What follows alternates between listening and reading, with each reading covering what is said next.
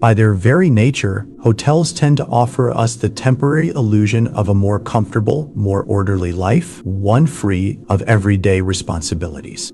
The feeling of stepping into a room where the bed is perfectly made, the towels are always fresh, and the robes look like they came straight from a high-end boutique has a calming, even comforting effect. Add to that the breakfast buffet, always generous and varied, and what might have been just another morning turns into a small feast. These simple yet effective elements are part of what makes a hotel more than just a place to sleep. They often represent a break from the ordinary, a brief but memorable escape. But not every stay is the same. Some can end up clouded by elements that are difficult to explain, especially when the hotel in question seems to leave behind barely a trace. And in certain cases, like the one that follows, there are doubts as to whether the place even existed at all.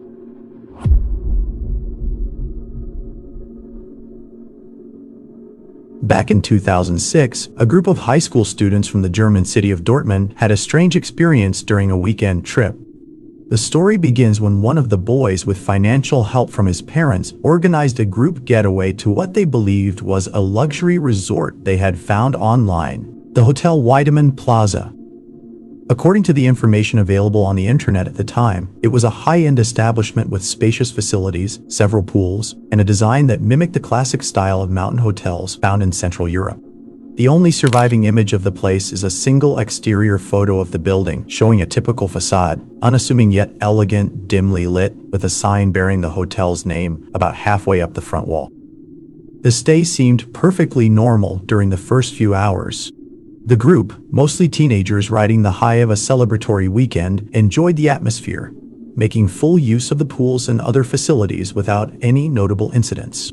The relaxed mood, along with alcohol, something they themselves admitted later, helped frame the whole experience as just another carefree getaway. However, by dusk on the second day, something happened that would drastically shift the group's perception of the place. A total blackout struck the building, cutting off all electricity. The darkness was sudden and absolute. Instead of emergency lighting or staff explaining what had happened, the only response was an automated system that completely sealed off all entrances and exits. Both main and secondary doors were locked down by some internal security mechanism that no one present could override.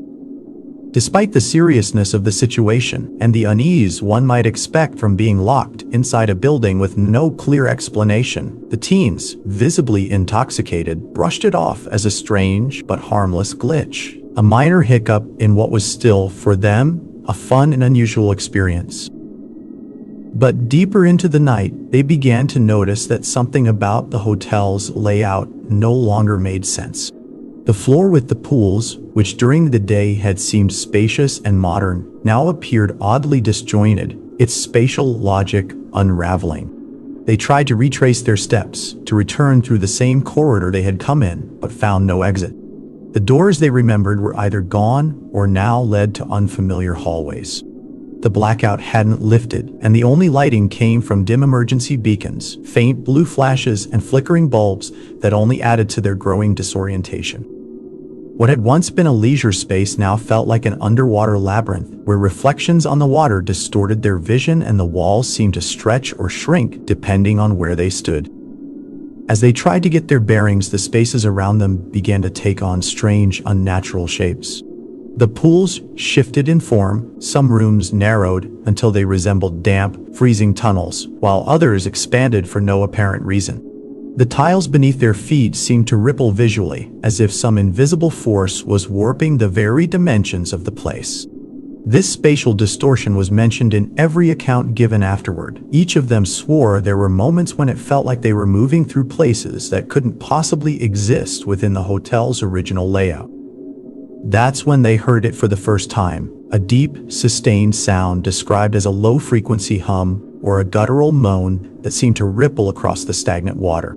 Its echo drifted from one pool to another, never revealing a clear source. It was also then that they realized there were no other guests. No staff, no employees, no signs of any other visitors. The hotel, which had once felt at least partially occupied, now belonged solely to them. Or so they thought, until the building itself began to show signs of decay. Cracks started forming along the walls and floors. At first they were hairline fractures, but soon they split wide, stretching from one end of a room to the other. From one of those fissures, in a side wall near the edge of an empty pool, something emerged. They couldn't describe it precisely. It wasn't any identifiable shape or creature. All they could say was that it was something peeking through, a silhouette or an entity of some sort, watching from within the cracked wall. It didn't move. It made no sound, but its presence alone was enough to send them running. Panic took hold of the group, who up until then had kept a carefree attitude. In the chaos, they ran aimlessly through the halls until they found an emergency exit, apparently unlocked, that led outside. They fled the building without looking back and spent the rest of the night huddled in their vehicles, parked just outside what now felt like a hostile and unfamiliar place. They stayed there, wide awake, waiting for daylight. In the days that followed, the teens' parents, furious over what had happened and intent on taking legal action, tried to track down the Wademan Plaza Hotel. But the website where they had it was no longer online, and no trace of the establishment could be found on travel forums or business registries. It didn't show up on digital maps or in official databases either. Determined to get answers, they returned to the location, guided only by the approximate directions the kids could recall. What they found was a completely different building, a small, abandoned two-story structure with boarded-up windows and no sign it had ever operated as a hotel. There was no sign, no reception desk, no trace of tourist infrastructure. Nothing inside resembled what the teenagers had described.